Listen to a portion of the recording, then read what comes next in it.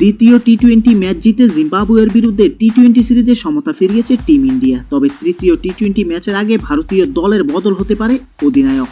বিস্তারিত দেখুন বাকি প্রতিবেদনে। তার আগে আপনি এই চ্যানেলে নতুন হলে চ্যানেলটিকে অবশ্যই সাবস্ক্রাইব করুন। টি-20 বিশ্বকাপের দলে বাদ গিয়েছিলেন শুভমান গিল, যার কারণে কিছুটা হতাশ হয়েছিলেন তরুণ তারকা। তবে জিম্বাবুয়ের বিরুদ্ধে টি-20 সিরিজে শুভমান গিলের নেতৃত্বে খেলছে তরুণ ভারতীয় দল। কিন্তু কেন টি-20 বিশ্বকাপ দলের বাইরে রাখা হয়েছিল শুভমান গিলকে, তা জিম্বাবুয়ের বিরুদ্ধে প্রথম দুটি টি-20 ম্যাচ থেকে অনেকটাই পরিষ্কার হয়ে গিয়েছে। প্রথম দুটি ম্যাচে বড় রান করতে ব্যর্থ হয়েছেন শুভমান গিল। প্রথম ম্যাচে 29 বলে মাত্র 31 রান করলেন গিল এবং দ্বিতীয় টি-20 ম্যাচে মাত্র 2 রান করেন তিনি। এরপরই ফ্যান ও নেটিজেনদের সমালোচনা ও ট্রলের শিকার হতে হচ্ছে শুভমান গিলকে। উঠেছে অধিনায়ক থেকে সরিয়ে দেওয়ার দাবি। ওডিআই ক্রিকেটে গিল সফল হলেও গত আইপিএলেও টি-20 ক্রিকেটে গিলের পারফরমেন্স খুব একটা আহামরি নয়। 16তে টি-20তে করেছেন মাত্র 368 রান, গড় মাত্র 24.53।